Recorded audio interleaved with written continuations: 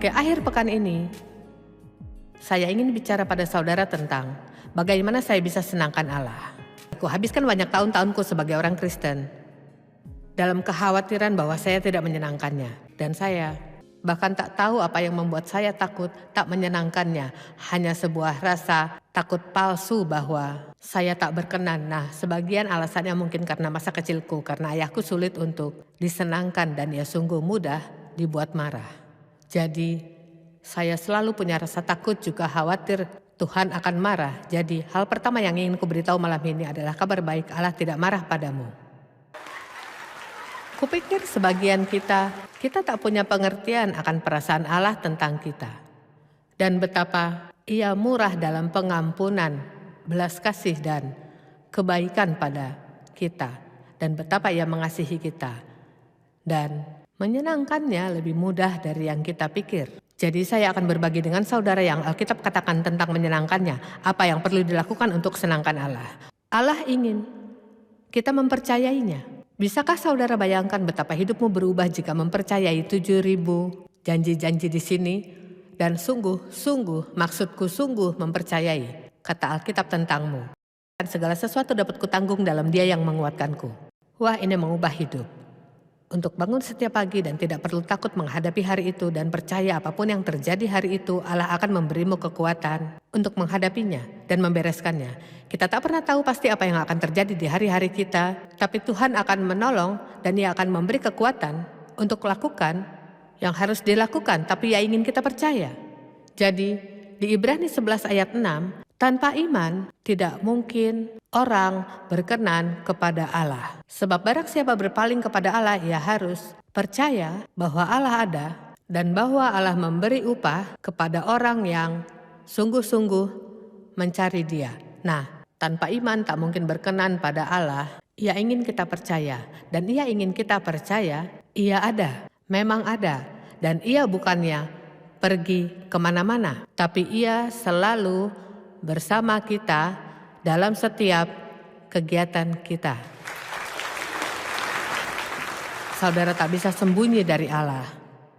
Tidak ada tempat yang bisa saudara datangi dan menjauh darinya, karena Dialah Sang Aku adalah Aku. Allah ingin diikut sertakan dalam segalanya atas kita.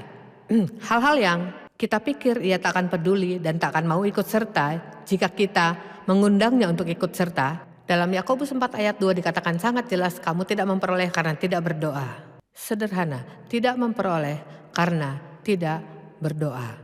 Dan kuberitahu semua saudara bahwa ada begitu banyak yang Allah ingin perbuat bagimu dan begitu banyak yang Ia ingin saudara miliki jika saudara berdoa. Dan sudah kukatakan padamu saudara tidak layak, tapi ini intinya. Kita tidak layak terima, tapi kita terima yang layak bagi Yesus. Kita tidak layak terima, tapi kita terima yang layak bagi Yesus dan segala yang Ia beli dan bayar dengan darahnya, kita peroleh jika berdoa. Dan kita akan berdoa dalam iman. Amin. Alkitab beritahu kita untuk dengan keberanian hampiri tahta kasih karunia. Saya benci yang kusebut cukup berdoa. Dan doanya seperti ini, ya Tuhan, jika saja Engkau lakukan, dan jika saja Engkau mau. Saudara tahu apa arti kata jika? Artinya hampir secukupnya saja. Dan Allah jauh lebih besar dari itu. Kita tak perlu mengatakan, ya jika saja Kau mau lakukan ini. Tidak, katakan, Tuhan lakukan segalanya di dalam kuasa-Mu. Saudara tahu caraku berdoa, Tuhan berikanku segala yang bisa kutanggung dan tetap menomorsatukan Engkau. Saya selalu ingin Allah jadi terutama.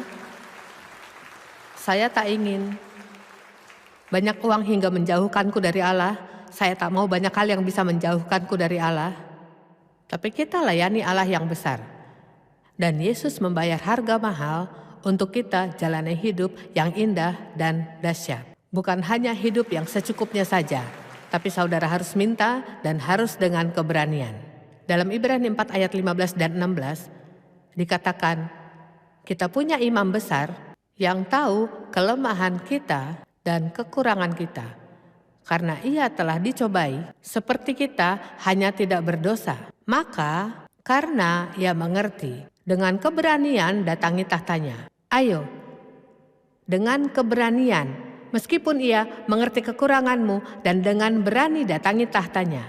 supaya kita menerima rahmat dan kasih karunia yang menolong tepat pada waktunya. Waktu yang tepat untuk berdoa adalah saat merasa bersalah. Amin. Kita cenderung menciut dan lari dari Allah, dan ini saatnya kita datang dengan berani berkata, "Aku tahu aku tidak layak menerima karyamu bagiku, tapi firman-Mu berkata untuk meminta dengan berani, maka aku lakukan dengan iman." Saya akan mengajar salah satunya. Ia pemberi upah. Wah, saya suka itu. Alkitab punya banyak pernyataan tentang upah yang kita terima. Yesus akan kembali dengan upah perbuatan atas perbuatan dengan motivasi benar.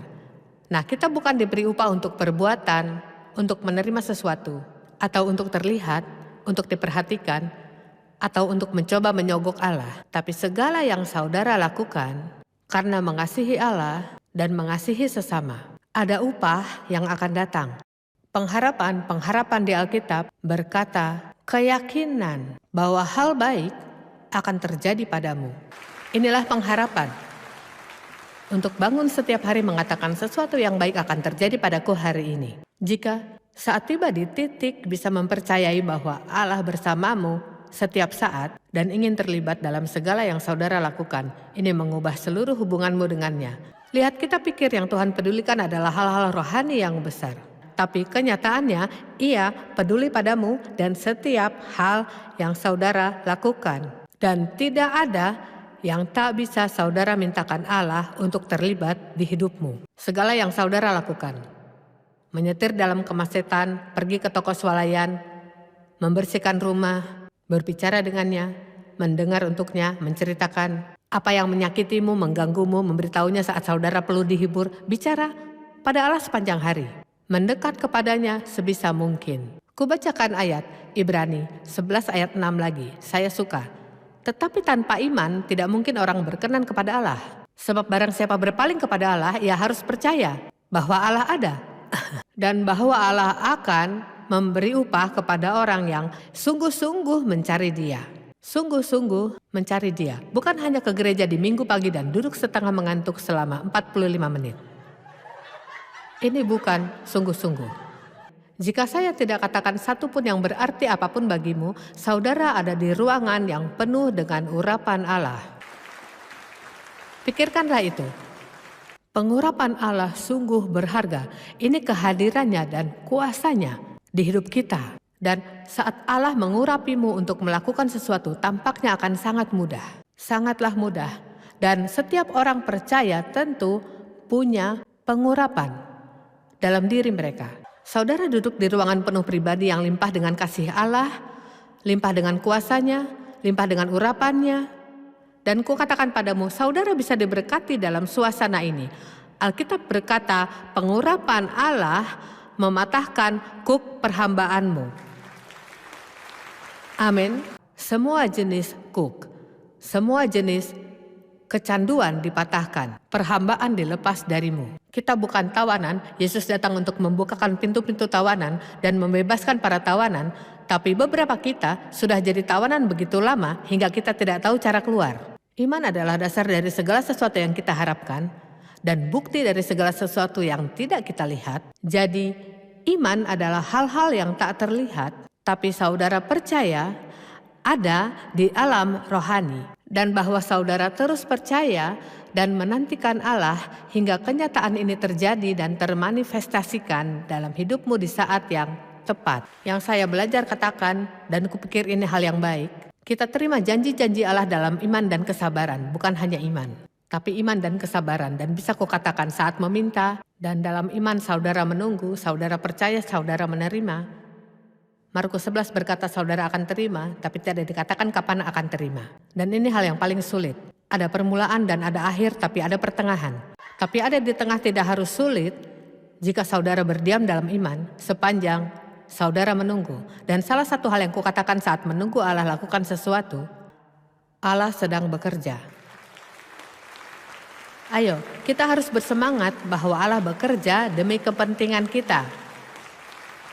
Amin. Maksudku hanya karena saudara tak melihatnya bukan tidak ada. Inilah pentingnya iman.